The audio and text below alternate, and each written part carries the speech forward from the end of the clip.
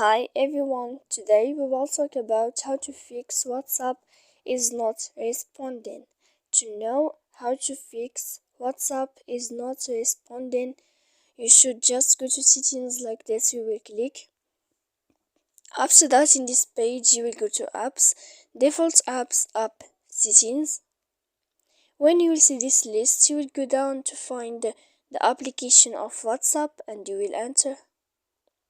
After that, in this page, you will go to click force stop. When you will end this, you will enter to storage. After that, in this page, you will click clear cache, and then you will go to click clear data. And after all that, you can turn off your Wi-Fi.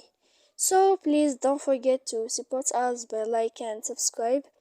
See you next time in another video, and thank you for watching.